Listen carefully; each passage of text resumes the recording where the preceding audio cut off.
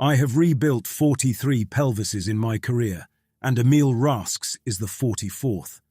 The drill operator took a 40-meter fall when his harness clip failed, a mechanical failure, not user error, which means the mining company will pay for everything and won't fight me on the surgical approach. His left acetabulum is in 7 pieces, the femoral head is compressed, and there's a hairline fracture running through the iliac crest that I'll need to pin before the whole structure can bear weight again. It's a 4-hour procedure if everything goes perfectly. I'm 3 hours in, and everything is going perfectly. Nurse Kemp hands me the next titanium plate without my asking. He's worked with me for 2 years and knows my rhythm. Across the table, Dr. Jana Sol monitors the anesthesia levels on her display, her fingers making small adjustments to keep Rask stable and unconscious. She's been the station's anesthesiologist for 8 years, longer than I've been here, and she runs her side of the operating room like a closed system. Everything accounted for, nothing left to chance. I appreciate that. Surgery requires 2 kinds of control, mine over the body, hers over the mind. When both are maintained, patients wake up whole. Orion Medical Station is a 30-bed facility that rides a halo orbit around the Earth-Moon L2 point beyond the Moon's far side, holding position with station-keeping thrusters, where we can service the belt miners, the construction crews building the new habitat rings, and the long-range haulers that stop here before pushing out to the outer system. We're small compared to the big hospital complexes in Earth orbit, but we're well-equipped and we handle the cases that matter: trauma, emergency surgery, the kind of medicine where decisions get made in seconds and the consequences last forever. I've been here for 6 years. It's enough time to know every corridor, every quirk of the equipment, every surgeon's hands and whether I trust them. I'm 41. I've never married. The work has always been enough. I set the final plate and begin drilling the screws that will hold it in place. The bone is good quality despite the trauma. Rask is young, maybe 30, and he spent his life in low gravity, which usually wrecks bone density. The fact his is decent means he stuck to counter-gravity drills and supplements. The drill makes a sound like a sewing machine as it drives through titanium and cortical bone. Kemp wipes away the small amount of blood that wells up around each screw site. I check the alignment with the surgical scope, a small camera that projects the internal view onto the screen above the table. Everything sits where it should. The fracture lines disappear under the hardware. "Closing," I say, and Kemp shifts to hand me the suture kit. It takes another 30 minutes to close the incision in layers: muscle, fascia, subcutaneous tissue, skin. When I tie off the final suture, I step back and let Kemp apply the dressing. Jana begins the process of bringing Rask out of anesthesia, reducing the gas mixture and increasing his oxygen. His vitals are stable: heart rate, blood pressure, respiration, all within normal parameters. He'll wake up in recovery in about 20 minutes, groggy and in pain, but alive and structurally sound. I strip off my gloves and gown and drop them in the medical waste receptacle. "Good work," I tell Kemp and Jana. They nod. We've done this enough times that compliments aren't necessary, but I give them anyway. I've seen surgeons who treat their teams like equipment, and I've seen how that corrodes a unit over time. I don't need my team to like me, but I need them to trust me, and trust runs both directions.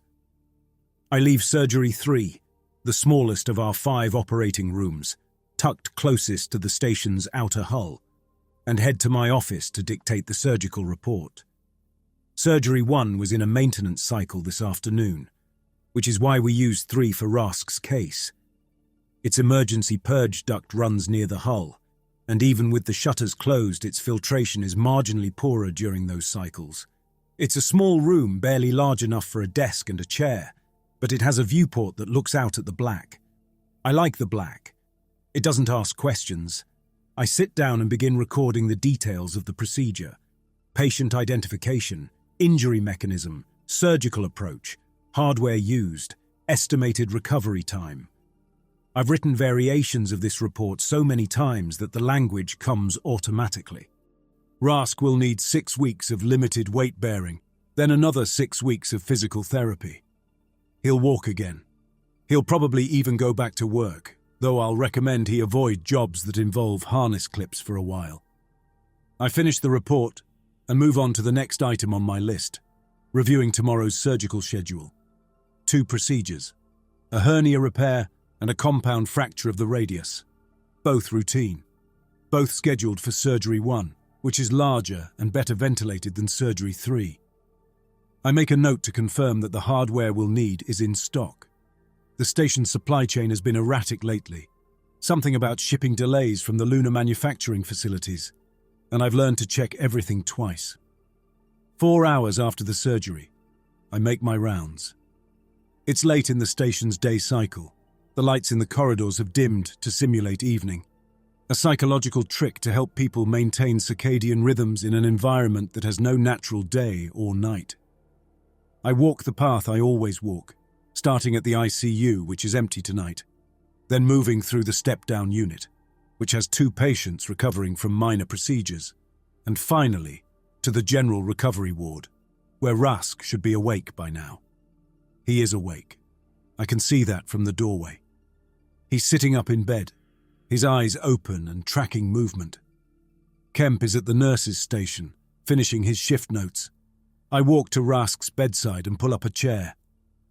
"Mr. Rusk," I say, "I'm Dr. Shaw. I performed your surgery this afternoon. How are you feeling?"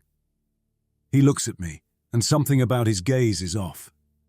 He stares at me like I'm a piece of equipment he's never seen before and doesn't know how to operate.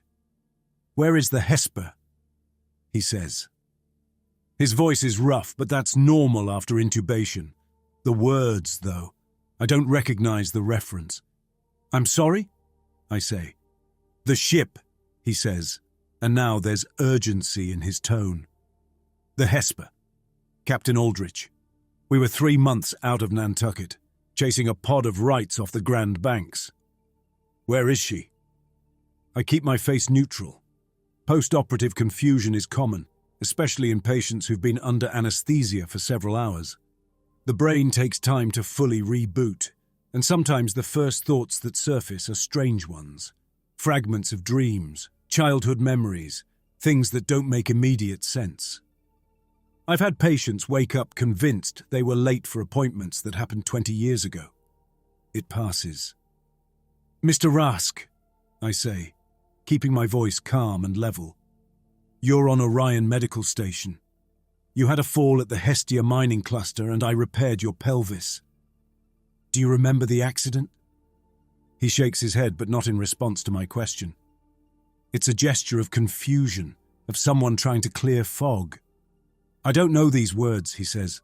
"Mining cluster, pelvis. I know what a pelvis is, but why would you need to repair mine? I was on the Hesper. We were hunting." I pull out my handheld diagnostic unit and check his chart. All his vitals are normal. No signs of hypoxia during surgery. No blood pressure crashes. No temperature spikes. Nothing that would indicate brain damage. "Mr. Rusk, what's your full name?" "Jacob Hale," he says immediately. "Harpooner, second watch. I shipped out of New Bedford 7 years ago and signed on with Aldrich 3 years back." "What ship is this?" "This isn't the Hesper. The walls are wrong. The light is wrong. What is this place?" I lean back in my chair and study him. His hands are moving, gripping the bed rail, releasing it, gripping again. It's not the random movement of delirium. It's the purposeful movement of someone trying to anchor themselves. His breathing is fast but controlled. His eyes keep darting to the viewport across the room, the one that shows the black and the distant scatter of stars. "This is a hospital," I say. "You're safe. You were injured, and I operated on you to repair the damage. You're going to be fine." "I don't need a surgeon," he says, and his voice rises. "I need to know where the ship is. We had 3 barrels of oil in the hold. Good oil, clean rendering. Aldridge was going to make for the Azores to top off the water casks, and then we'd head back to Nantucket. I need to find the ship." I make a decision. This isn't passing. I stand up and walk to the nurse's station. "Kemp," I say quietly, Call Yana and tell her I need her to come up to recovery. Then prep a neural scan. Full series. Kemp looks past me at Rask, who is now trying to get out of bed, his hands scrabbling at the IV line in his arm. What's wrong with him? I don't know yet, I say. Just get Yana. I return to Rask and put a hand on his shoulder, gently but firmly guiding him back down. Mr. Rask, that's not my name, he says, and there's desperation in his voice now. My name is Jacob Hale. I don't know who Rask is. I don't know where I am. I don't know what you've done to me. I sit down again and try a different approach. Jacob, I say, using the name he gave me. Can you tell me what year it is? He stares at me like I've asked him to solve a calculus problem. Year, he says. 1843. June by my reckoning, though we lost track some weeks ago. I feel something shift in my chest, a small cold weight settling into place. 1843, Nantucket. Whaling ships. He's not confused or delirious. He's specific. He has a complete, coherent narrative that doesn't include anything about mining clusters or medical stations or the 23rd century. Jacob, I say, I'm going to run some tests. They won't hurt. I just need to understand what's happening.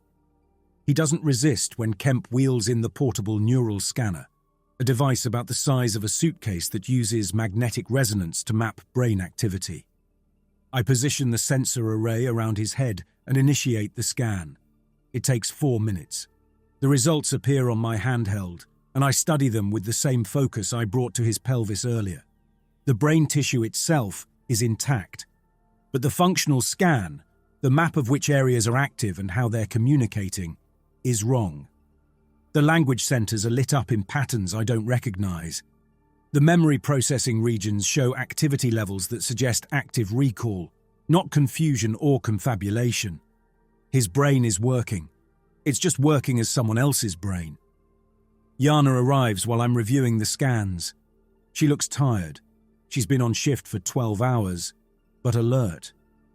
What's the situation? She asks. I hand her the scanner results. Patient is oriented to person, place, and time, but not the right person, place, or time. He thinks he's a whaler from the 1800s. The neural scan is clean structurally, but the activity patterns are atypical. I need you to review the anesthetic records from his surgery and tell me if anything unusual happened. She takes the handheld and studies the data. Her face doesn't change, but her fingers move a little faster as she scrolls through the information. Nothing unusual, she says after a minute. Standard sevoflurane nitrous mixture. Oxygen maintained at appropriate levels throughout. He was under for 3 hours and 20 minutes. I ran this exact protocol on 4 other patients this week, and they all woke up normal. Pull the detailed logs. Gas flow rates, pressure readings, everything. She syncs her own handheld to the station's anesthetic database and pulls up the surgery records. We stand there in the recovery ward, surrounded by the quiet sounds of medical equipment and Rask, Jacob, muttering to himself about blubber and harpoons, while Yana combs through columns of numbers. After 2 minutes, she stops. There, she says, pointing at a line in the data. During minute 41 of the procedure, pressure irregularity in the gas feed, 0.03% variance from baseline. The system flagged it and auto-corrected. It's well within tolerance. I didn't even see the alert during surgery. I take the handheld and look at the reading. 0.03%. Negligible. The kind of fluctuation that happens a dozen times during any given surgery because equipment isn't perfect and gases compress and expand with temperature changes. But it's there. A tiny deviation. A contaminant signature. What would cause that? I ask. Yana shakes her head. Could be anything. Sediment in the tank, a worn gasket, thermal expansion. We run full diagnostics on the anesthetic systems every month, and the last check was clean. It's nothing to worry about. Run the diagnostics again. Tonight, on surgery 3 specifically. She looks at me for a long moment, then nods. You think the gas mixture did this? I don't know what I think yet, but I'm going to find out. Yana leaves to begin the diagnostics, and I return to Rask's bedside. He's calmer now, exhausted from his own confusion. He's lying back against the pillows, his eyes half closed. "Jacob," I say quietly, "I'm going to help you, but I need you to stay here and rest. Can you do that?" "I don't have a choice, do I?" he says. His voice is flat, defeated. "I don't know where I am. I don't know how I got here. I don't even know what I am anymore." I leave the recovery ward and head back to my office to write up the case. It's well past midnight now, station time. I should sleep. Instead, I open the medical database and begin searching for similar cases. Anesthesia-induced psychosis, post-operative delirium with identity disturbance, dissociative amnesia. I read case studies from the past 50 years looking for anything that matches what I'm seeing in Rask. Nothing matches. My comm unit chimes at 3 in the morning. It's Kemp, and his voice has an edge I don't like. "Dr. Shaw, you need to come to recovery, now." I don't ask questions. I walk fast through the dim corridors, past the closed doors of sleeping crew quarters and the empty mess hall. When I reach the recovery ward, I see Kemp standing outside one of the rooms, his face pale. "It's Gosser," he says. "Peter Goss. Appendectomy this afternoon in Surgery 3. He just woke up." I push past him into the room. Gosser is sitting up in bed, his eyes wide and darting. He's talking, a rapid stream of words in a language I don't immediately recognize. Not any of the major Earth languages. Something older, guttural. He sees me and flinches back, pressing himself against the wall. I activate my comm unit's translation function and hold it up. The device struggles for a moment, then begins outputting text. "Bells ringing, bodies in the street, the pestilence. God has abandoned us, they are burning the dead." Dutch. Archaic Dutch. The translation software is pulling from historical linguistic databases, trying to make sense of grammar structures that haven't been in common use for centuries. Gosser, if that's even who he is anymore, stares at me with wild eyes. He reaches out and grabs my wrist, his grip strong enough to hurt. He speaks directly at me, and the translator outputs, "Are you a physician? Can you cure me? I can feel it in my blood. The sickness, please. I have children." I carefully extract my wrist from his grip and take a step back. I look at Kemp. When did he wake up? 10 minutes ago. He started screaming. I sedated him once, but it didn't take. He came right back up and started this. I access Goss's surgical records on my handheld. Appendectomy. Surgery 3. General anesthesia. Yana was the anesthesiologist. The procedure ended 6 hours ago. 2 patients. 2 surgeries. Both in Surgery 3. Both woke up as someone else. I turn to Kemp and my voice comes out calmer than I feel. "Get me the surgical schedule for the past 72 hours. Every procedure that used general anesthesia. I need to know who operated in Surgery 3 and what happened to them after they woke up." Kemp moves to the nurse's station and pulls up the records. I stay with Gossi, who has gone quiet now, rocking slightly back and forth, his hands pressed against his face. The translator picks up fragments. "My wife, the children. God help us." Kemp returns with the data. 5 surgeries in the past 72 hours using general anesthesia. 3 in Surgery 1, 2 in Surgery 3. The 3 from Surgery 1. All woke up normal. The 2 from Surgery 3. He doesn't finish the sentence. I look at Rask's room across the ward, where the man who thinks he's a whaler from 1843 is sleeping fitfully. I look at Gosser, who believes he's dying of plague in some medieval city. I look at the data on my handheld, the tiny pressure irregularity in the gas feed, the contaminant signature that was too small to trigger an alarm. This isn't a coincidence. This isn't post-operative delirium. This is something else. Something in Surgery 3. Something in the anesthetic gas. Something that's taking people's identities and replacing them with someone else. I activate my comm unit and send a priority message to Station Medical Control. requesting immediate quarantine of Surgery 3. No procedures to be scheduled until further notice. Flag all patients who underwent surgery in that room in the past week for psychiatric evaluation. This is not a drill. Then I send a second message, this one to Yana. How long until you finish those diagnostics? Her response comes back 30 seconds later. 2 hours. What's happening?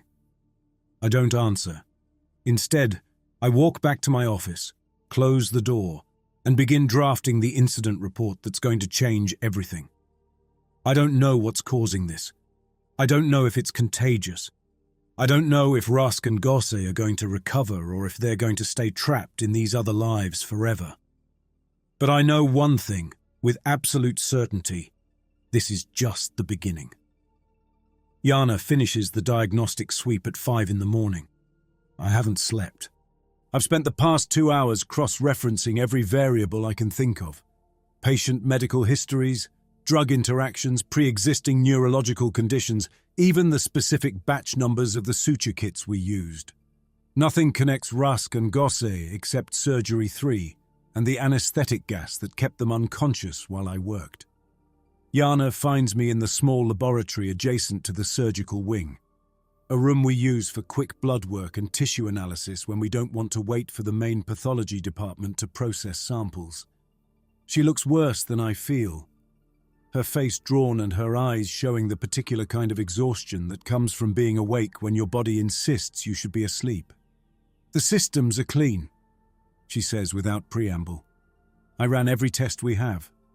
Gas mixture composition, pressure regulators, flow meters, contamination filters. Everything is within normal parameters. If there's something wrong with Surgery 3, the equipment isn't showing it. I pull up the anesthetic logs on the lab's terminal and display them on the large screen. The data streams past. Thousands of individual readings taken during Rusk's surgery, then Gosse's. Show me the flagged events, I say. Yana leans over and highlights 2 specific timestamps. There, those are the only anomalies in either procedure. 0.03% pressure variance in Rusk's case, 0.02 in Gosse's. The system compensated automatically both times. The correction took less than 2 seconds. I study the readings. The pressure drops are tiny, barely measurable. What causes a pressure drop like that? Introduction of a foreign substance into the gas stream, Yana says. Something that wasn't supposed to be there, but the contamination filters should have caught it. Unless it was small enough to pass through. How small? Molecular, maybe even atomic. I turn away from the screen and face her. I need you to get me a sample from the scrubber filters in Surgery 3. The devices that clean the exhaled gases before they're vented. If there's a contaminant in the anesthetic mix, there might be residue in those filters. Yana nods and leaves. I stay in the lab and begin preparing the analysis equipment. We have a spectral analyzer here, a machine about the size of a footlocker that can break down a substance into its component elements and tell you exactly what you're looking at. It's normally used for identifying unknown medications or checking for drug interactions, but it can handle other materials too. 20 minutes later, Yana returns with a sealed sample container. Inside is a small mesh filter, the kind that looks like a square of very fine screen. It's slightly discolored, a faint grey tint that could be anything from normal wear to actual contamination. I place the filter in the analyzer's sample chamber and initiate the scan. The machine takes 3 minutes to complete its work. When the results appear on the display, I read them twice to make sure I'm seeing correctly. The filter contains trace amounts of silicon dioxide, which is normal. It's in dust, in manufacturing residue, in dozens of common materials. But it also contains something else.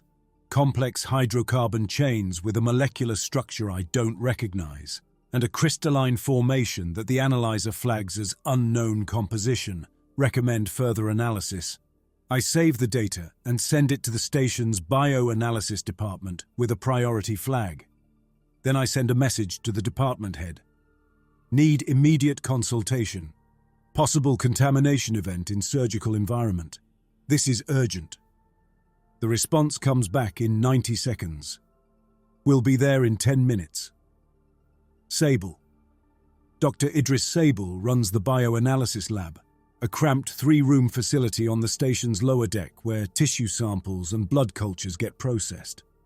He's 5 years younger than me, trained at the same medical school I attended but on a different track. He went into pathology and research while I went into surgery. We've worked together on complex cases before. He's methodical, skeptical, and doesn't jump to conclusions. I trust his judgment. He arrives in exactly 10 minutes carrying a portable analysis kit that's more sophisticated than anything I have in the surgical lab. He's wearing civilian clothes, dark pants and a loose shirt, which means I pulled him out of his quarters before he'd even started his duty shift. "Show me what you found," he says. I display the spectral analysis results on the screen.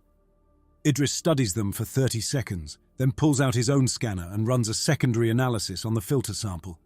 His device produces a 3-dimensional molecular model that rotates slowly on his handheld screen. "This isn't biological," he says.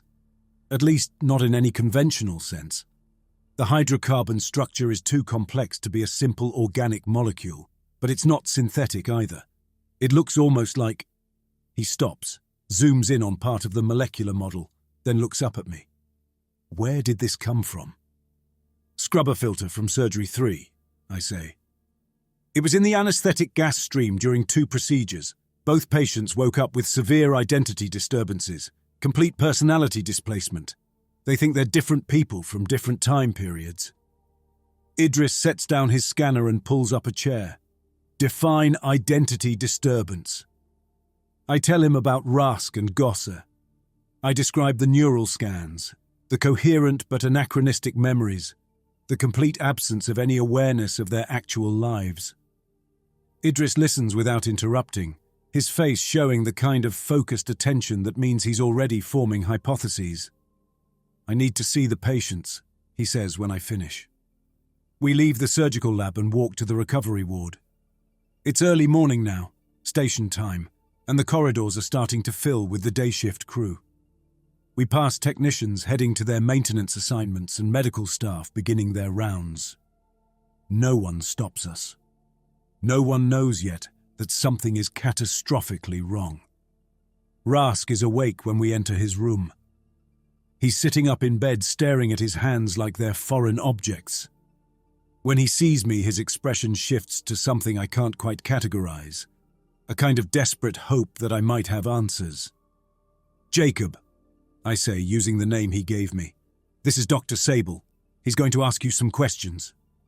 Idris pulls up a chair and sits down at the bedside. He doesn't have a scanner or a datapad.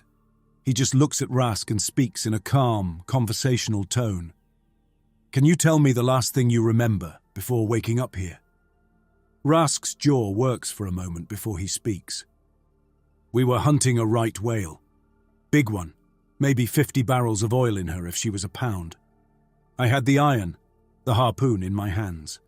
I was standing in the bow of the chase boat. The whale sounded, went deep, and we waited for her to come back up. Then..." He stops, his eyes losing focus. "Then nothing. Then I was here, in this place, in this body that doesn't feel like mine." "What do you mean, doesn't feel like yours?" "It's too heavy," Rask says. "And the hands are wrong, too soft. I've been working boats since I was 13. My hands should be scarred and calloused. These aren't my hands." Idris glances at me, then back at Rask.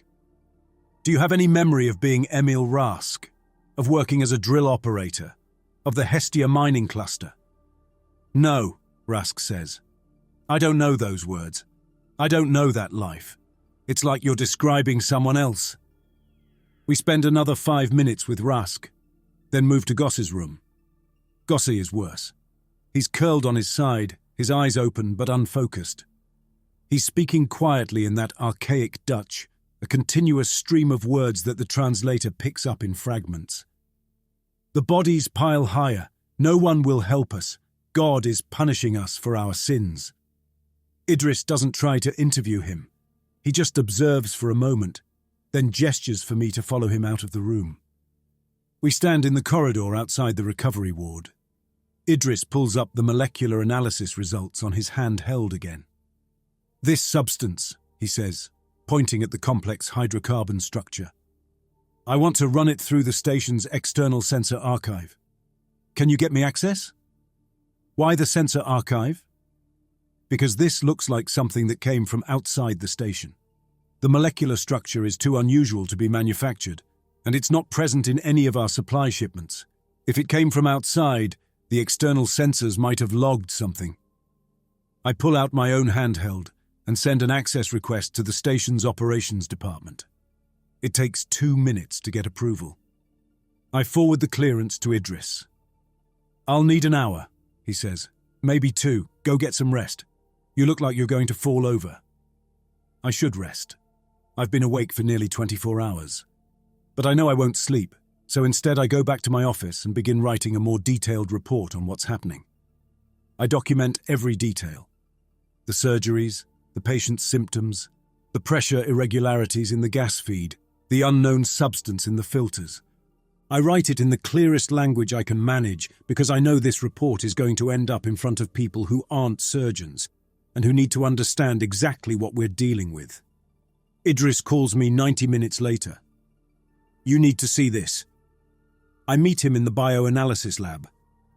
He's pulled up multiple screens worth of data, sensor logs, spectral analyses, orbital trajectory plots. He points at one screen showing the station's position over the past month. 3 weeks ago, Orion passed through the trailing edge of Lyra 7, he says. That's a comet with a long orbital period. It comes through the inner system every 80 years. When comets get close to the sun, they shed material. Dust, ice particles, volatiles. That material forms a tail that can extend for millions of kilometers. We flew through the edge of that tail. He switches to another screen showing external sensor data. The station's environmental systems logged elevated particulate levels for about 6 hours during the passage. Nothing dangerous. The filters handled it. But some of the particles were small enough to get through the primary filtration system and into the air circulation. How small? Submicron. Maybe smaller. The sensors couldn't resolve them properly. He pulls up the molecular analysis of the substance from the scrubber filter. This is what was in those particles. Silicate minerals wrapped around complex organic molecules. The structure is stable at vacuum temperatures, but when it's heated and vaporized, like what happens when it gets pulled into an anesthetic gas compressor, the organic component is released. I study the molecular model. What is the organic component? I don't know, Idris says. But I have a theory. Comets are old. Lyra 7 formed 4.5 billion years ago, when the solar system was still coalescing. It's been orbiting out in the deep cold ever since, only coming close to Earth once every 80 years. Every time it passes through the inner system, dust from its tail intersects the tenuous exosphere and near-Earth space, picking up what's already out there. Microparticles from decades of orbital activity and naturally escaping atoms. Over thousands of passages, it accumulates that material and carries it back out into space. You're saying this comet has been collecting Earth's atmospheric fragments for geological time? Yes, and some of those fragments are organic. Bacteria from the upper atmosphere. Pollen. Skin cells. Traces that reach the exosphere or adhere to orbital surfaces. Bacterial fragments, pollen, skin cells can persist for long periods. The comet collects those particles, freezes them, and carries them away. Then it comes back and deposits new particles. It's been doing this for eons. I start to see where he's going. You think the comet is carrying human biological material? I think it's carrying a frozen archive of Earth's biosphere, Idris says, including neural fragments and protein complexes from humans. Dead cells, fragmented DNA, protein structures that contain residual neurological patterns. When those structures are vaporized and introduced into a living brain during surgery, when the blood-brain barrier is already compromised by anesthesia, they don't just get filtered out, they integrate, they reconstruct themselves. That's not possible. I know, but I can't think of another explanation. He switches screens again, this time showing the neural scans from Rask and Goss. Look at this. The memory centers in both patients have been rewritten. The synaptic pathways have reformed into new patterns. That doesn't happen naturally. That doesn't happen from any drug or any surgical complication I've ever seen. Something introduced new information directly into their neural architecture. I sit down and try to process what he's telling me. You're saying they've been infected with someone else's memories. I'm saying their brains have been overwritten by neurological patterns that were preserved in frozen comet dust for potentially thousands of years. When the dust was vaporized and inhaled, it didn't just enter their lungs. It crossed into their bloodstream and made it to their brains. And once there, it rebuilt itself using the patient's own neurons as substrate. That sounds like science fiction. I know, Idris says. But look at the evidence.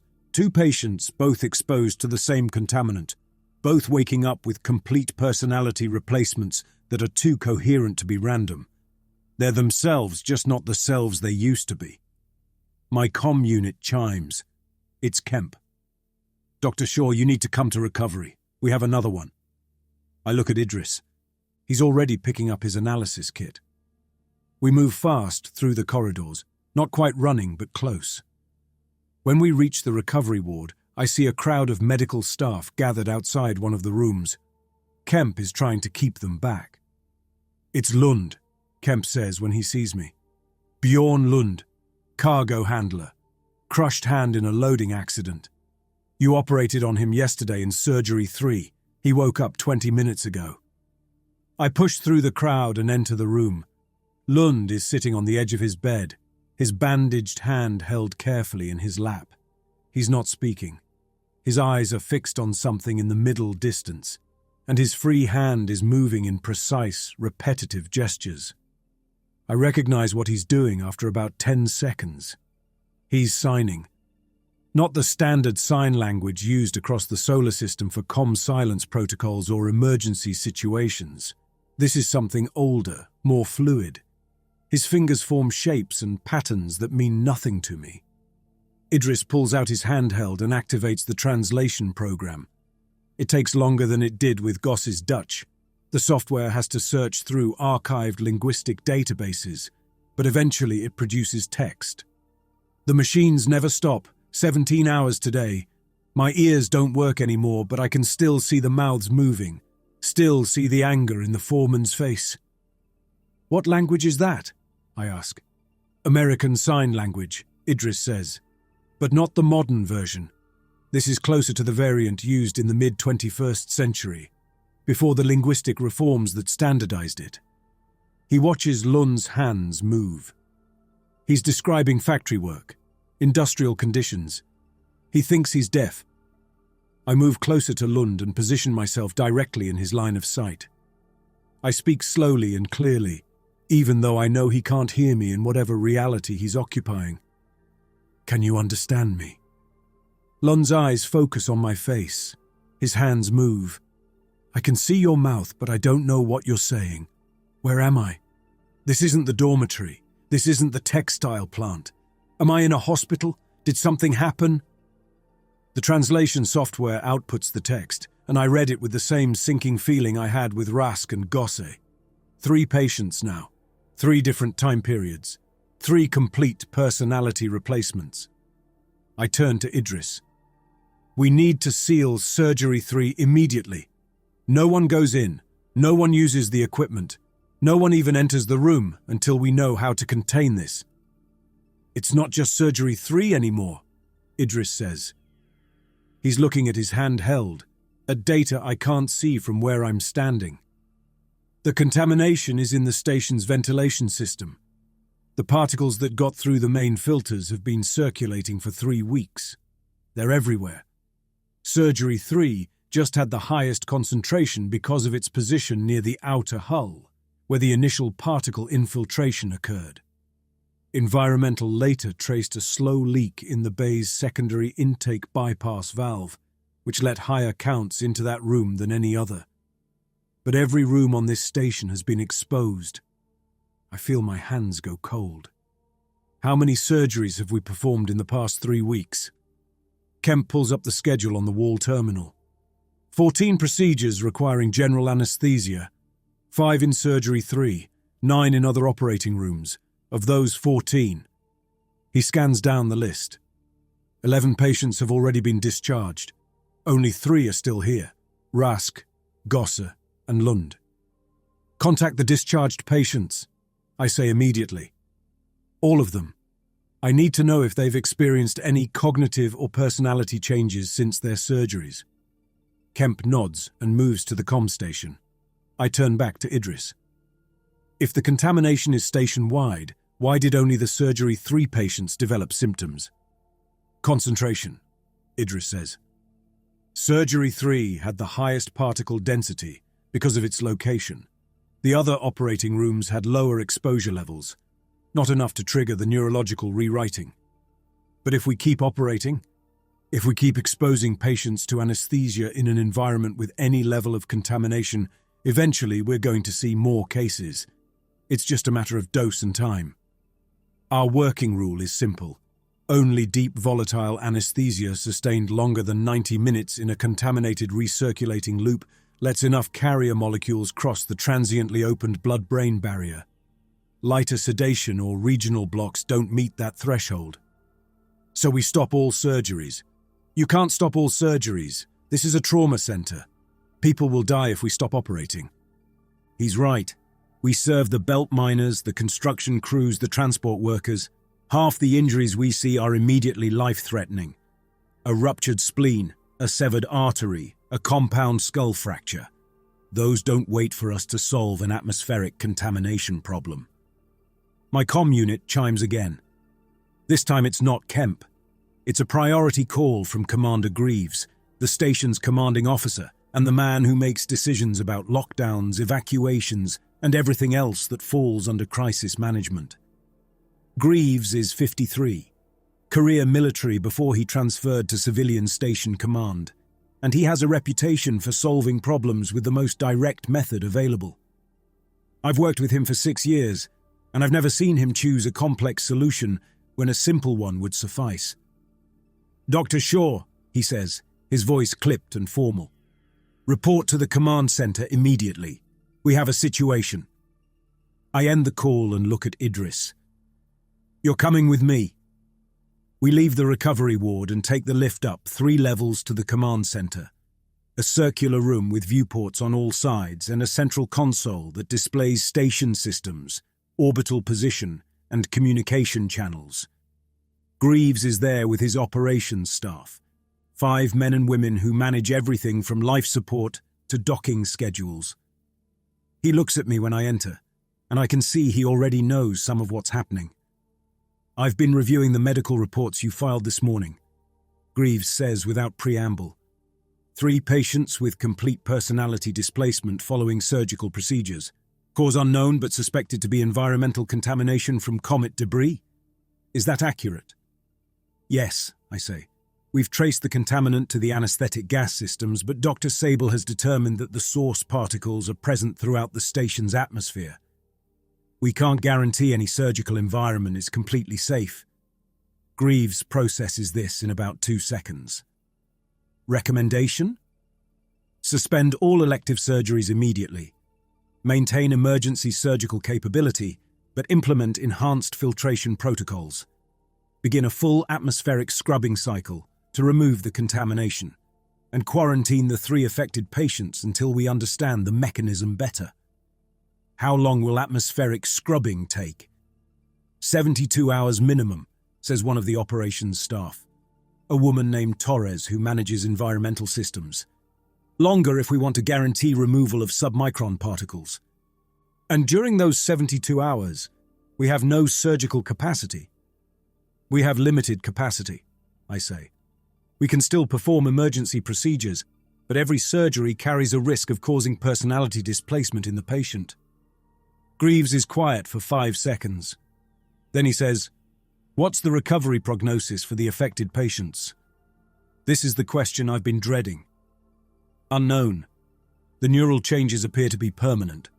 We haven't found any way to reverse the personality displacement. So they're gone, Greaves says. The original personalities, Emil Rask, Peter Gossi, Bjorn Lund, those people no longer exist. The bodies are alive and healthy, I say carefully. But yes, the individuals they were before surgery are effectively gone. Greaves walks to one of the viewports and looks out at the black. I can see him running calculations in his head, weighing options. We have 163 people on this station, he says. If this contamination is as widespread as Dr. Sable suggests, we're looking at a potential crisis that could affect everyone. I can't allow that. We're working on containment, Idris says. If we can identify the exact mechanism of neural integration, we might be able to develop a pharmaceutical intervention. How long would that take? Weeks, possibly months. Greaves turns back to face us. I'm declaring a medical emergency. All non-essential personnel are to be confined to quarters. All surgical procedures are suspended except for immediately life-threatening cases, and those will be performed under enhanced monitoring. The 3 affected patients will be isolated in the quarantine wing. And I want a full report on my desk in 48 hours, explaining exactly how we're going to solve this problem. 48 hours isn't enough time. Then work faster, Greaves says. Because if we don't have a solution in 48 hours, I'm going to implement a more permanent containment protocol. I know what he means. I've seen the station's emergency procedures. In the event of an uncontainable biological hazard, affected sections can be sealed and vented to space. It's a last resort, meant for scenarios involving plague or weaponized pathogens. But Greaves is the kind of commander who won't hesitate to use last resorts if he thinks they're necessary. You can't vent the quarantine wing, I say. Those patients are alive, they're conscious, they're people. They're not the people they were when they came here, Greaves says. And if we can't fix them, they become a permanent resource drain and a psychological threat to station morale. I need you to understand something, Dr. Shaw. My job is to keep this station functional. That means making hard choices when necessary. Find me a solution in 48 hours or I'll find my own solution. He dismisses us with a gesture. Idris and I leave the command center and stand in the corridor outside, neither of us speaking for a long moment. He'll really do it, Idris says finally. He'll vent them. I know, I say, which means we have 48 hours to figure out how to save them, or at least how to prove they're worth saving. We head back to the bioanalysis lab to continue the work. I don't have answers yet. I don't even know if answers exist. But I know one thing with absolute certainty. I'm not going to let Greaves vent 3 living, conscious human beings into vacuum just because they woke up as the wrong people, even if I have to lie to stop him. Idris and I spend the next 12 hours in the bioanalysis lab running every test we can think of. We extract tissue samples from the 3 displaced patients, small biopsies from the hippocampus and prefrontal cortex, the brain regions most associated with memory and personality. The extraction process is delicate work, performed with a robot-assisted stereotactic microbiopsy via a transnasal port under local sedation. The patients don't feel it. Rask sits calmly during the procedure, asking questions about the equipment. Gosser has to be sedated because he won't stop trying to flee. Lund signs his consent without hesitation, his hands forming the shapes that mean, "Yes, proceed, I trust you." Under the microscope, the tissue looks normal at first. The neurons are intact, the cellular structure is healthy, the synaptic connections are firing in appropriate patterns.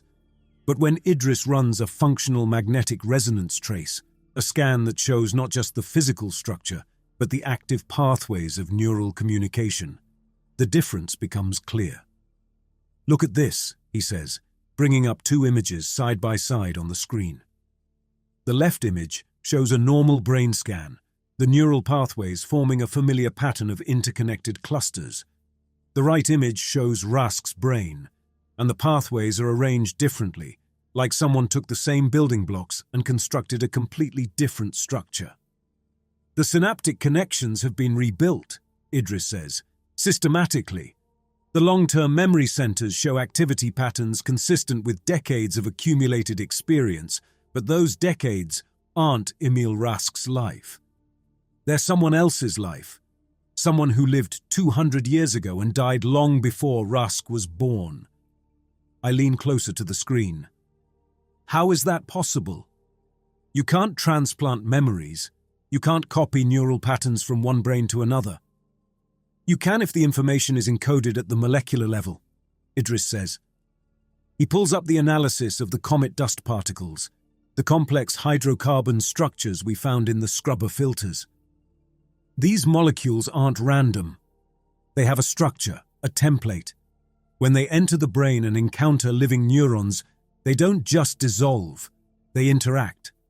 They bind to the synaptic receptors and trigger a cascade of protein synthesis that rebuilds the neural architecture according to the template encoded in the molecule. That's not biology, I say. That's engineering.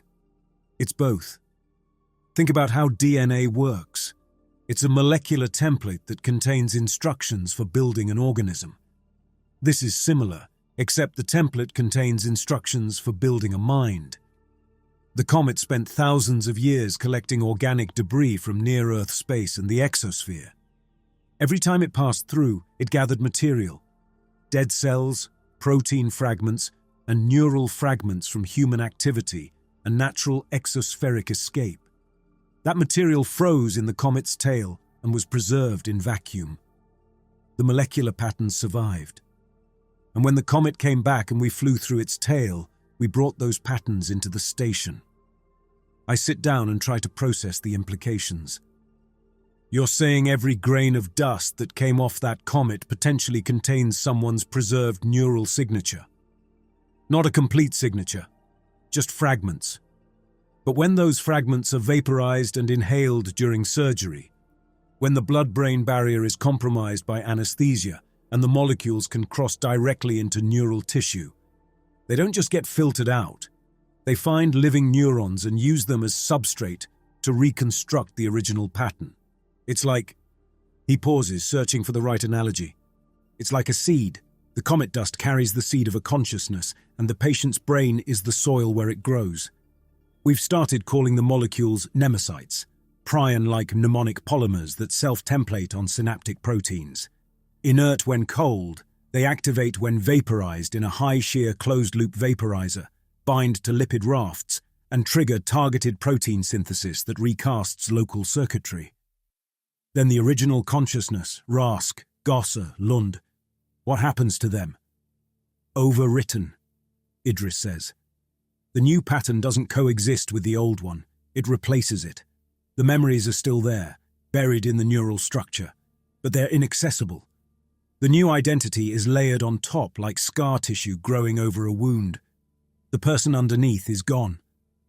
I stand up and walk to the viewport. Outside, I can see the curve of Earth, a blue arc against the black. Somewhere down there, 200 years ago, a man named Jacob Hale stood on the deck of a whaling ship and threw a harpoon. He lived his life. He died. And then, through some confluence of molecular preservation and atmospheric chance, a fragment of his mind drifted up into the sky and was caught by a passing comet. That fragment survived 4 billion kilometers of empty space and 80 years of frozen orbit. And now it's here, living again in the body of a drill operator who no longer remembers being a drill operator. We need to tell Greaves, I say. He needs to understand what we're dealing with. He won't care, Idris says. He'll hear permanent neural damage and no cure, and that's all he'll need to justify his containment protocol. Then we need to change his definition of containment. These aren't victims of a disease. They're unintended resurrections. If we can prove that these identities are viable, autonomous, and mentally competent, he won't have legal grounds to vent them. They're people. Different people, but people. Idris considers this. You want to argue for personhood. I want to argue for the right to exist. Rask, Jacob, didn't ask to be here. Neither did the plague survivor in Gosser's body or the factory worker in Lund's. But they are here. They're conscious. They're aware. And killing them because they're inconvenient is murder, regardless of how we label it. Greaves won't see it that way. Then I'll make him see it that way. I leave the lab and go to the quarantine wing, a small 6-room section of the medical facility designed for isolating patients with contagious diseases. The 3 displaced patients have been moved here, each in their own room with transparent walls so we can monitor them without entering. Rask is sitting on his bed, reading something on a data pad that one of the nurses gave him. Lund is in the next room, staring at the wall and signing to himself. Gosser is in the 3rd room, curled on his side and muttering in that archaic Dutch. I enter Rask's room. He looks up from the datapad and sets it aside. "Dr. Shaw," he says. His voice has lost some of its initial confusion. He sounds calmer now, more grounded. "I've been reading about this place. This station, the year. What happened to Earth after..." He stops. "After I died, I suppose. Though I don't remember dying. I remember the whale sounding. And then I was here. I pull up a chair and sit across from him. How are you feeling? Physically? Fine. Better than fine, actually. Whatever you did to this body, it works well." He looks down at his hands again, turning them over as if studying an unfamiliar tool. "Mentally. I'm trying to understand. This is real, isn't it? This isn't a dream or a fever. I'm truly in the year 2246, in a structure orbiting Earth, and I'm living in someone else's body." "Yes," I say. "That's accurate. And the man who used to be in this body, Emil Rask, he's gone." "Yes." Rask is quiet for a long moment. "Does he have family?" "A wife. She's on the Hestia mining cluster. She's been sending messages asking about his condition." "What do you tell her?" "Nothing yet. I don't know what to tell her." Rask nods slowly. "You should tell her the truth. That her husband is gone and there's someone else here now. Someone who didn't mean to take his place but did anyway." He looks at me directly. "I'm a usurper, Dr. Shaw. I'm living a life that isn't mine. I didn't choose this. I didn't want this, but here I am. You're not responsible for what happened." "No, but I'm the result of it. And I have to live with that." He picks up the datapad again. "I've been reading about whaling, about what happened to the industry after my time. It's gone, all of it. The ships, the hunting grounds, the rendered oil. It's just history now. Everything I knew how to do, everything I spent my life learning, it's useless here." I don't know what to say to that. He's right. His skills are obsolete. His knowledge is irrelevant. He's a man displaced not just in body, but in time, and there's no way to send him back. "I'm going to try to save you," I say. "The station commander wants to eliminate the quarantine wing if we can't find a solution to the contamination. I'm going to argue that you and the others deserve to live regardless of whose consciousness you're hosting. And if he doesn't listen, then I'll find another way." Rask studies my face for a moment, and I see something in his expression that I didn't expect. Understanding. A clear-eyed recognition of what I'm trying to do and what it might cost. "You're a good man, Dr. Shaw. But good men make hard choices too. I've known captains who had to decide who eats and who starves when the supplies run low. You'll carry those choices the rest of your life." I leave his room and walk down the corridor to check on Goss. The man is in worse condition than he was this morning. His body is healthy, the appendectomy incision is healing normally, his vitals are stable, but his mind is destroying itself. He's still speaking that archaic Dutch, but now the words are repetitive, looping. The translator outputs the same phrases over and over. "The pestilence, burning bodies, God's punishment. The pestilence." I enter the room and try to get his attention. "Peter," I say, though I know that's not the name of whoever is occupying this body. "Can you hear me?" He doesn't respond. His eyes are open but unfocused. He's trapped in whatever memory or hallucination is consuming him, unable to break free. I run a quick neural scan with the portable unit. The brain activity shows a pattern I recognize from my training. It's similar to what happens in severe post-traumatic stress disorder, where the mind gets locked into a loop of reliving a traumatic event. Except this isn't a memory from Goss's life. This is a memory from someone who died centuries ago, someone who witnessed plague and mass death and never recovered from it. I increase his sedation levels, trying to give him some relief. It helps for a few minutes. His muttering slows, his body relaxes, but as soon as the medication wears off, he's back in the loop. There's no way to reach him, no way to pull him out. This is the reality Idris and I have been avoiding. Not all displaced consciousnesses are viable. Some are too damaged, too traumatized, too broken to survive in a new body. Rask is adapting, Lund is functional, but Gosse is drowning in someone else's worst memories, and I don't know how to save him. My comm unit chimes. It's Kemp. Dr. Shaw, we have an emergency. Incoming trauma patient from the Vega construction site. Crushed hand with rising compartment pressures and arterial compromise. Threatened limb. ETA 10 minutes. Greaves has cleared us for emergency surgery. I feel my stomach tighten.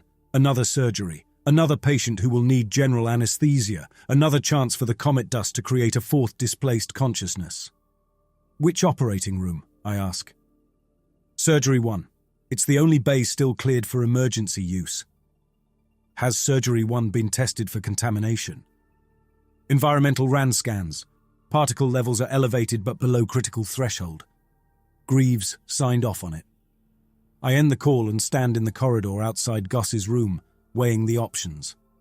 I can refuse to perform the surgery and let the patient's injury go untreated, which means permanent loss of hand function and possibly career-ending disability. Or I can operate knowing there's a chance, small but real, that the patient will wake up as someone else. I head to Surgery 1 and begin scrubbing in. The patient arrives 8 minutes later, a young man named Tobias Marr, who works on the structural assembly teams that build the new habitat rings. His hand is wrapped in a temporary compression cast, but I can see the deformity even through the material. Multiple fractures, probably with tendon damage. It's repairable, but it requires 3 hours of delicate work under general anesthesia. Jana is already there, prepping the anesthetic equipment. A regional block is contraindicated by his anticoagulant protocol for EVA, and the tendon grafting will need. Full immobility and airway control under general anesthesia are the safer options. She looks at me when I enter. I ran every check twice, she says. The gas mixture is as clean as I can make it, but I can't guarantee anything. I know, I say. Just do your job. I'll do mine. The surgery proceeds without incident. I reconstruct Mar's hand piece by piece, pinning the fractured bones and repairing the torn tendons. Jana monitors the anesthesia levels with obsessive precision, adjusting the mixture every few minutes to keep the exposure as low as possible while maintaining unconsciousness. When I finish the final suture, I step back and let the team handle the closing procedures. Mar wakes up 4 hours later in recovery. I'm there when his eyes open. He blinks a few times, focusing on the ceiling, then turns his head to look at me. "Doctor?" he says. His voice is rough from intubation, but clear. "What happened?" "You had an accident at the construction site. I repaired your hand. You're going to be fine." He nods slowly, processing this. Then he lifts his bandaged hand and stares at it like he's seeing it for the first time. "This isn't right," he says. My chest goes cold. "What do you mean?" "My hands," he says. "They should be smaller, thinner. These are a man's hands. He stops, confusion spreading across his face. "Why am I in a man's body? Where are my children? Where's the factory?" The voice is off. It's coming from Mar's throat, shaped by Mar's vocal cords, but the cadence is wrong. The inflection, the way the words rise at the end of each sentence. It's a woman's speech pattern, a woman's way of forming questions. I pull out my handheld and activate the recording function. "Can you tell me your name?" "Sarah," he says, she says, the voice struggling against the unfamiliar resonance of a male larynx. "Sarah Wickham. I work at the Lowell Mills, the textile factory in Massachusetts. I have 3 children, Margaret, Thomas, and Anne." Where are they? Why can't I hear the looms? I stand there and watch as the fourth displaced consciousness tries to reconcile itself with its new reality. Ma's body is healthy, the surgery was perfect, but Ma is gone, replaced by a woman who died in the mid-19th century and who is now looking at me with growing terror as she realizes something is catastrophically wrong. I leave recovery and go directly to the command center. Greaves is there with his operations staff, reviewing supply manifests. He looks up when I enter. We have a fourth case, I say. The contamination isn't limited to Surgery 3, it's station-wide. Every patient who undergoes general anesthesia is at risk. Greaves sets down the datapad he was holding. Recommendation. Cease all surgical operations. Implement immediate atmospheric scrubbing. Begin evacuation protocols for non-essential personnel. That's not an option. We have 43 injured workers in the belt right now who need medical attention. If we stop operating, people die. If we keep operating, we create more displaced consciousnesses, more people like Rask and Gosse and Lund and now Ma. We're not curing them, we're erasing them and replacing them with someone else. Greaves walks to the viewport and looks out at the construction sites visible in the distance. Skeletal frameworks of new habitat rings, swarms of workers in pressure suits moving like insects across the structures. How many surgeries do you perform in an average month? He asks. 15 to 20. And how many of those are immediately life-threatening? About half. So 10 people per month who will die without surgery. Over the next 3 months, the time it would take to complete a full atmospheric scrubbing and guarantee removal of all contamination, that's 30 deaths. 30 miners, construction workers, transport crew. 30 families who lose someone because we chose to protect 4 people who are already gone. They're not gone. They're different, but they're alive and conscious, and they're ghosts wearing someone else's face, Greaves says, turning back to face me. I've read your reports, Dr. Shaw. I've read Dr. Sable's analysis. The original personalities are permanently overwritten. Emil Rask is dead. Peter Gosse is dead. Bjorn Lund is dead. Tobias Ma is dead. The people in those bodies now are echoes from the past who have no place in this world. And you want me to sacrifice 30 living, functional crew members to preserve those echoes. I want you to recognize that consciousness has value regardless of its origin. I recognize that I have 163 people on this station who are counting on me to keep them alive. And I will not sacrifice the living for the dead, no matter how articulate those dead happen to be. He walks back to the central console and pulls up a schematic of the station. I'm issuing a new directive. All non-critical personnel are confined to quarters. All surgery is suspended except for Category 1 emergencies. Injuries that will result in death within 6 hours without intervention. For those cases, we operate and accept the risk. The quarantine wing will be sealed. No one enters, no one leaves. And if we don't have a viable treatment protocol within 24 hours, I'm implementing terminal containment. You can't vent conscious human beings. I can vent biohazard material that poses a threat to station operations, and that's how I'm classifying them. You have 24 hours, Dr. Shaw. Find me a cure, or I'll solve this problem my way. I leave the command center and walk back to the medical wing. Greaves is reducing this to a numbers game, a cost-benefit analysis where 4 lives weigh less than 30. He's not wrong from a purely utilitarian standpoint, but utilitarianism breaks down when you're standing next to someone who is looking you in the eyes and asking you to help them survive. I find Idris in the bioanalysis lab. He's still running tests on the tissue samples, still trying to find some reversible mechanism in the neural rewriting process. He looks up when I enter, and I can tell from his expression that he already knows what I'm going to say. Greaves won't budge, I say. We have 24 hours. We don't have a cure, Idris says. The neural rewriting is permanent. I've tested every pharmaceutical intervention I can think of. The new synaptic pathways are stable and self-reinforcing. Once the pattern is established, there's no way to undo it without destroying the brain entirely. Then we change the approach. We don't cure them. We save them. How? I sit down and open the medical database on the lab terminal. Greaves can classify them as biohazards because they're in the quarantine wing under medical supervision. But if they're not in quarantine, if they're functioning members of the station population, he loses that justification. We move them. We hide them. We falsify records and mark them as recovered. Idris stares at me. That's fraud. That's career ending. It's also the only way to save them. Rask is stable, Lund is functional. If we can move them to civilian quarters and integrate them into the station population, Greaves can't touch them without evidence of active harm. And once the atmospheric scrubbing is complete and the contamination is gone, the crisis ends. They'll just be people who woke up from surgery with amnesia. Tragic, but not a biohazard.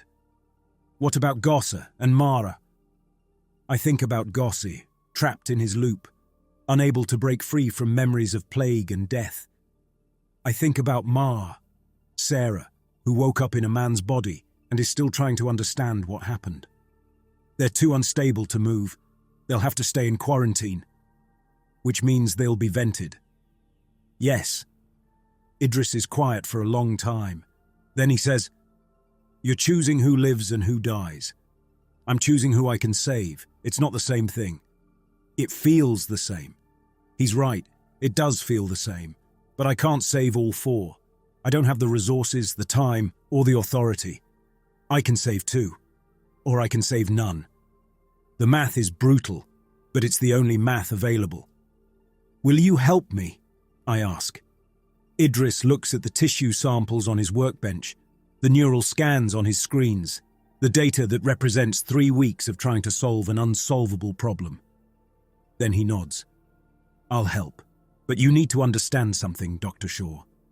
When Greaves finds out, and he will find out, you're going to lose everything. Your medical license, your career, possibly your freedom." "I know," I say. "But I'd rather lose those things than live with the knowledge that I stood by and watched 2 people get murdered because it was procedurally convenient." We spend the next 6 hours preparing.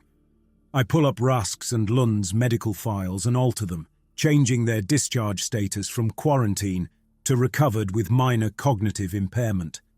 I backdate the entries to make it look like they've been improving gradually over the past day.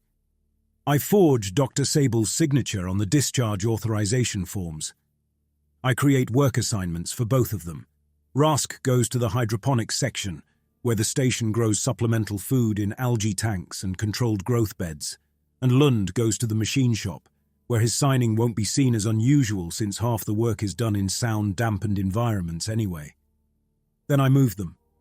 It's late in the station's night cycle, and the corridors are mostly empty. I walk Rask and Lund out of the quarantine wing one at a time, taking them to their new quarters in the civilian section. I brief them both on what's happening and what they need to do. Rask listens carefully and asks intelligent questions. Lund signs his understanding and thanks me with a gesture I recognize even though I don't speak his language. When they're settled, I return to the quarantine wing. Gosse and are still there, both in their separate rooms. Gosse is muttering. Is crying, her male body producing tears that she doesn't know how to process. I stand outside their rooms and watch them through the transparent walls. In 24 hours, Greaves will seal this wing and vent it to vacuum. These 2 people, or the consciousnesses occupying these 2 bodies, will die because they're inconvenient and unfixable. I could try to move them too. I could falsify their records and hide them somewhere on the station. But Gosse can't function. He's trapped in trauma, and without constant medical supervision, he'd be a danger to himself. And is still in shock, still trying to understand what happened to her. Neither of them can pass as recovered patients. I'm choosing to save 2 and let 2 die. It's not a good choice. It's not even a defensible choice. It's just the only choice I have. I leave the quarantine wing and go back to my office. I write a full report documenting everything: the contamination, The neural rewriting mechanism, the decisions I made, the records I falsified. I encrypt it and send it to the Medical Ethics Board on Earth with instructions to open it in 7 days.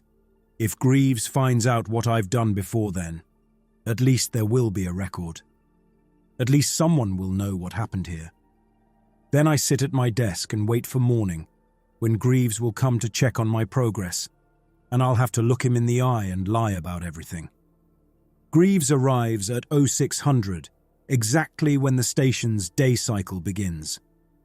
I'm in my office reviewing fabricated patient notes when he walks in without knocking. He's wearing his standard uniform, dark grey jumpsuit with the station command insignia on the shoulder, and his face shows the particular kind of exhaustion that comes from staying awake, making decisions you know will be unpopular. "Status report," he says. I pull up the files I've prepared. 2 of the 4 patients have shown significant improvement, Rask and Lund. I've conducted extensive cognitive testing over the past 18 hours. Both demonstrate stable personality integration, functional memory, and no signs of psychological deterioration. I've cleared them for discharge, with ongoing outpatient monitoring. Greaves takes my datapad and scrolls through the fabricated notes. I watch his eyes move across the screen, looking for inconsistencies. I've been careful. Every timestamp is plausible. Every test result is within normal parameters. Every observation is written in my standard clinical language. But my hands are pressing against the arms of my chair hard enough that my fingernails are leaving marks in the synthetic material. "What about the other 2? Greaves asks. "Gossi and Ma remain in acute psychological distress. Gossi is trapped in a traumatic memory loop. Ma is experiencing severe dissociative shock. Neither is responsive to pharmaceutical intervention. Neither is viable for discharge. Prognosis? Poor. I don't believe they'll achieve functional integration." Greaves sets down the datapad. "And the contamination itself? Have you identified a treatment protocol?" "Dr. Sable and I have determined the mechanism of neural rewriting, but we haven't found a reversal process. The synaptic changes are permanent. Once the displacement occurs, the original personality cannot be recovered. Then we're looking at a permanent problem. Only if we continue performing surgeries in a contaminated environment. The atmospheric scrubbing will remove the comet particles within 72 hours. After that, the risk drops to 0. We just need to minimize surgical procedures until the scrubbing is complete." Greaves walks to my office viewport and looks out at the construction sites. A cargo hauler is docking at one of the external ports, its maneuvering thrusters firing in short bursts. "I received a casualty report from the Hestia cluster this morning," he says. "Structural collapse in Tunnel 7. 12 workers trapped, 5 confirmed fatalities, 7 with critical injuries. They're requesting emergency surgical support. If we don't operate within the next 8 hours, 3 more will die from internal bleeding." I feel something in my chest constrict. "Bring them here, and we'll do what we can. But you need to understand that every surgery carries a risk of creating another displaced consciousness." "I understand, but 3 certain deaths outweigh 1 possible displacement. We operate." He turns away from the viewport and looks at me directly. "I'm implementing terminal containment on the quarantine wing at 1400 hours. That's 8 hours from now. I'll have security seal the section and initiate the venting sequence. The 2 patients inside will be given sedation beforehand. They won't feel anything. They're conscious human beings. They're neurological artifacts occupying bodies that belong to other people. We don't have the resources or the legal framework to support them indefinitely. This is the cleanest solution. It's murder. It's triage, Dr. Shaw. I'm making the choice that saves the most lives and preserves station function. You may not agree with it, but that doesn't make it wrong." He picks up the datapad again. "Where are Rask and Lund now?" My mouth goes dry. "I've assigned them to light-duty work assignments. Rask is in hydroponics. Lund is in the machine shop. They're under observation." I want them back in medical for full psychiatric evaluation before they're cleared for independent duty. That's not necessary. I've already conducted. I didn't ask if it was necessary. I'm telling you to bring them back. If they're truly stable, a secondary evaluation will confirm that. If they're not stable, we need to know before they become a danger to themselves or others. He leaves my office before I can respond. I sit there for 30 seconds, my mind racing through options. If Greaves runs a secondary evaluation, he'll find the inconsistencies in my records. He'll realize I've backdated the entries and forged the discharge authorizations.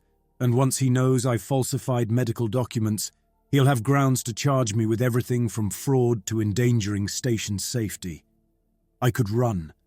I could take Rask and Lund and try to get them onto a departing transport, smuggle them off the station before Greaves discovers what I've done. But that's fantasy. Station security monitors every docking port, every airlock, every cargo transfer. There's no way to move 2 people off the station without authorization. I could confess. I could tell Greaves exactly what I did and why I did it, and accept the consequences. But confession doesn't save Rask and Lund. It just adds them to the venting list alongside Gosser and Mar. Or I can double down. I can continue the deception, conduct a false secondary evaluation, and hope Greaves doesn't look too closely at the details. I activate my comm unit and send messages to both Rask and Lund, telling them to report to the medical wing immediately. Then I pull up their files and begin preparing the documentation for the secondary evaluation that will never actually happen. Rask arrives first. He's wearing station work clothes, simple grey coveralls, and his hands show signs of actual labour. There's dirt under his fingernails, the kind that comes from working with growth media and algae cultures. He looks more grounded than he did yesterday. "Dr. Shaw," he says. "Is something wrong?" "Commander Greaves wants a secondary psychiatric evaluation before I can fully clear you for duty. It's standard procedure, nothing to worry about." But Rask studies my face and I can see him reading the tension there. "You're lying," he says. "Not about the evaluation, about the worry. Something's changed." I close the office door and lower my voice. Greaves is venting the quarantine wing this afternoon. The 2 patients who are still there, Gossi and Mar, they're going to be killed. And he wants to bring you and Lund back into medical for additional testing. If he examines you too closely, he'll realize I've falsified your discharge records. Rask sits down slowly. "So you saved us by lying, and now the lie is falling apart?" "Yes." "And you're going to lie again to keep it from falling apart?" "Yes." He's quiet for a moment. "I was a harpooner, Dr. Shaw.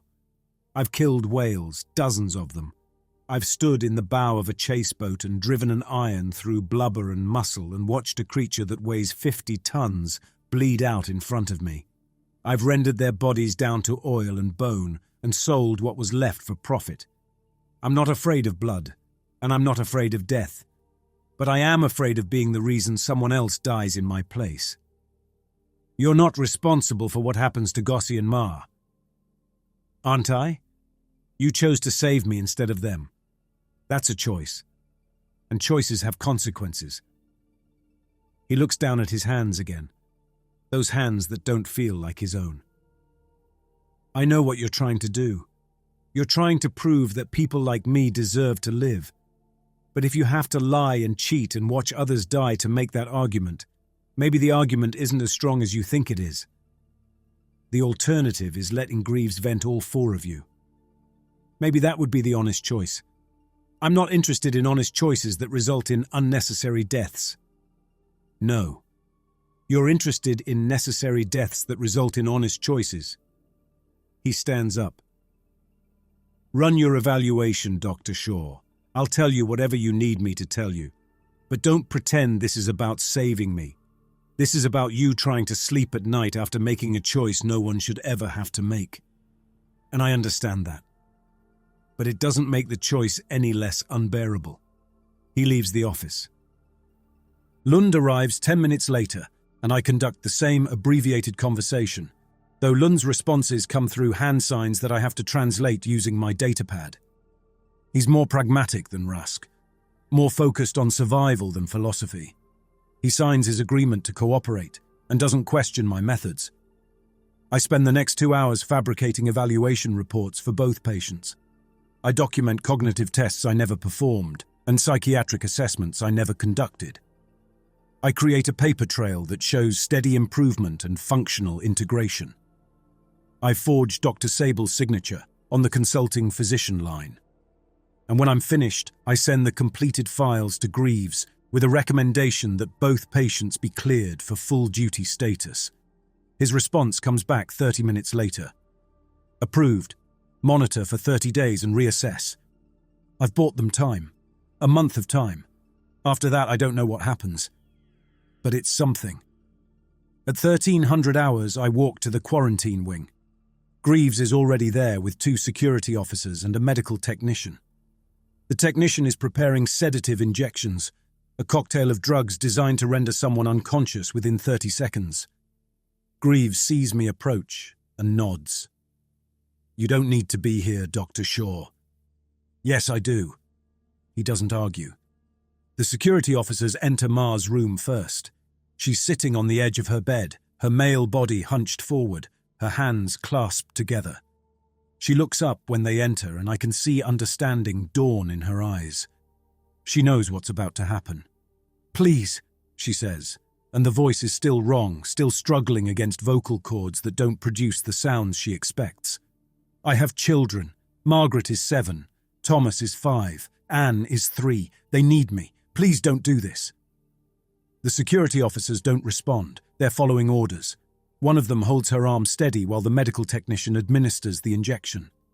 Ma tries to pull away, but her body, Tobias Ma's body, is stronger than she knows how to use. The struggle lasts about 5 seconds. Then the sedative takes effect and she goes limp. They move her to the medical gurney and secure her with restraints. Then they move to Gosse's room. Gosse is still muttering in that archaic Dutch, still trapped in his loop. He doesn't seem to notice when the security officers enter. He doesn't resist when they administer the sedative. His eyes close and his muttering stops.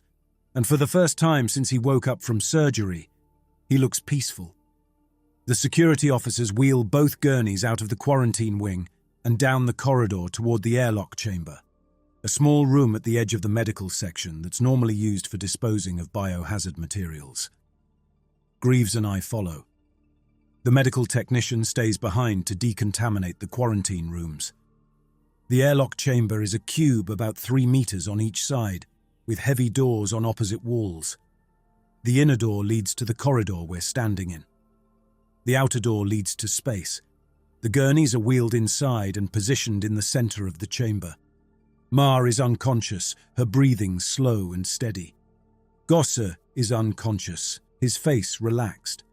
Neither of them knows what's about to happen. Neither of them will feel anything. One of the security officers exits the chamber and seals the inner door. Greaves walks to the control panel mounted on the corridor wall. He enters his authorization code. The panel displays a countdown, 60 seconds until depressurization. I watch through the reinforced window set into the inner door. The gurneys sit there, 2 bodies that are still alive but won't be for much longer. I'm watching 2 people die because I chose to save 2 others.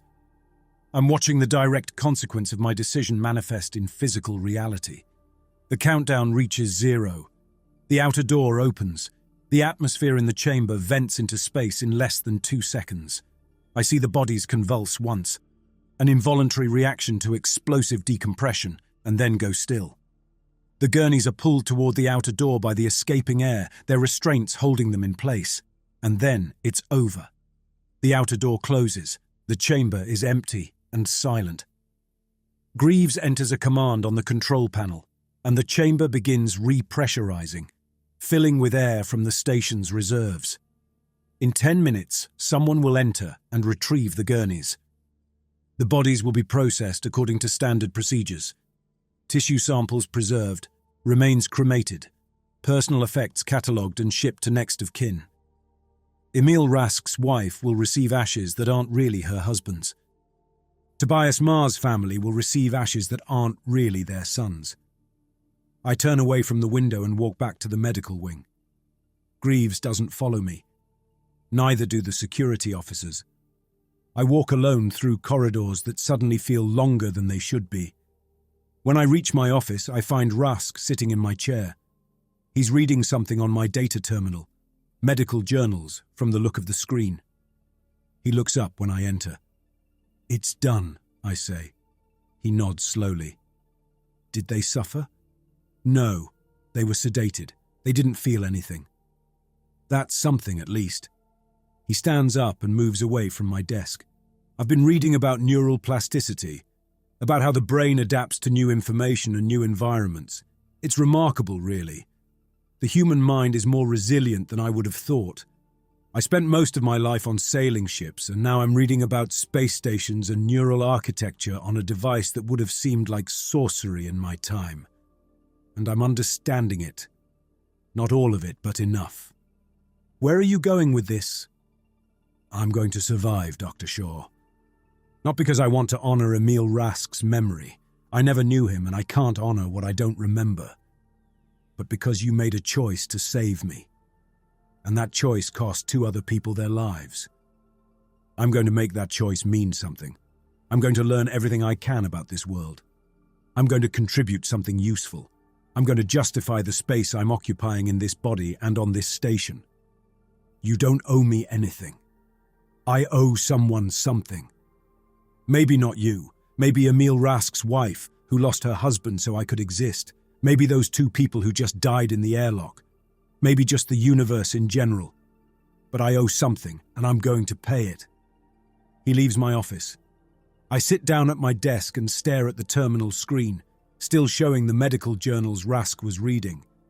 Articles about neural regeneration and synaptic plasticity and memory consolidation. He's teaching himself neuroscience. He's trying to understand what happened to him at the cellular level. My comm unit chimes. It's Idris. "We need to talk. Now." I find him in the bioanalysis lab. He's looking at something on his workbench. Tissue samples, neural scans, molecular models. When I enter, he turns to face me, and I can see strain in his expression. "I've been analyzing the tissue samples from all 4 displaced patients," he says, "trying to understand why some consciousnesses integrate successfully and others don't. And I found something."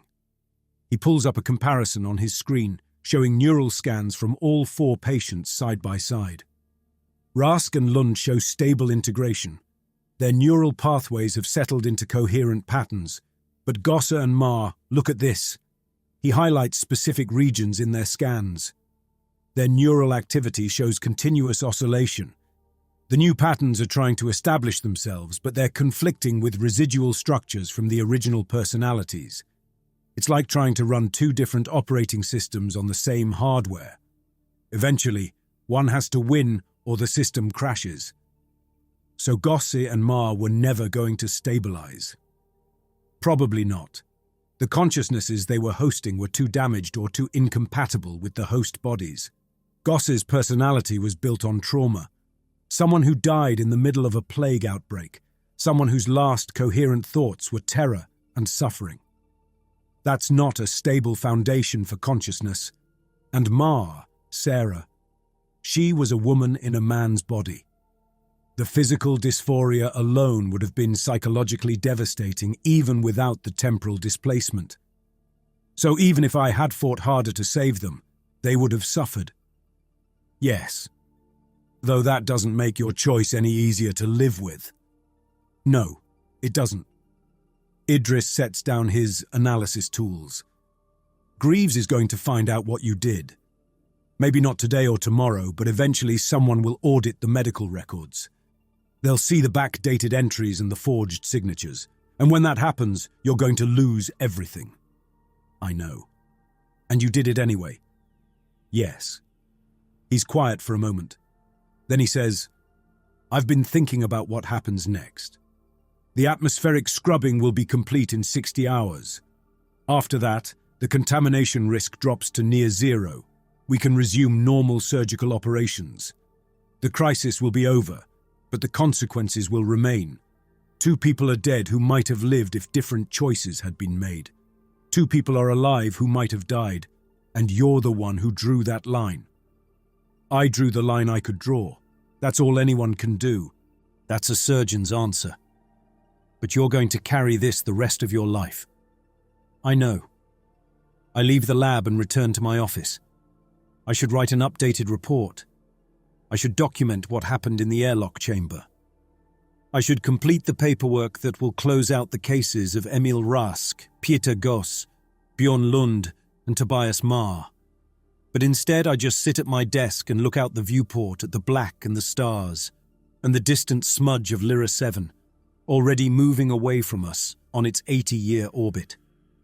The comet will return. Someone else will be here when it does. Someone else will have to decide what to do when the past wakes up inside the present. Someone else will have to choose who lives and who dies and then live with the weight of that choice. But for now, it's just me and the 2 people I saved and the 2 people I let die, and the knowledge that there was no good answer to any of this.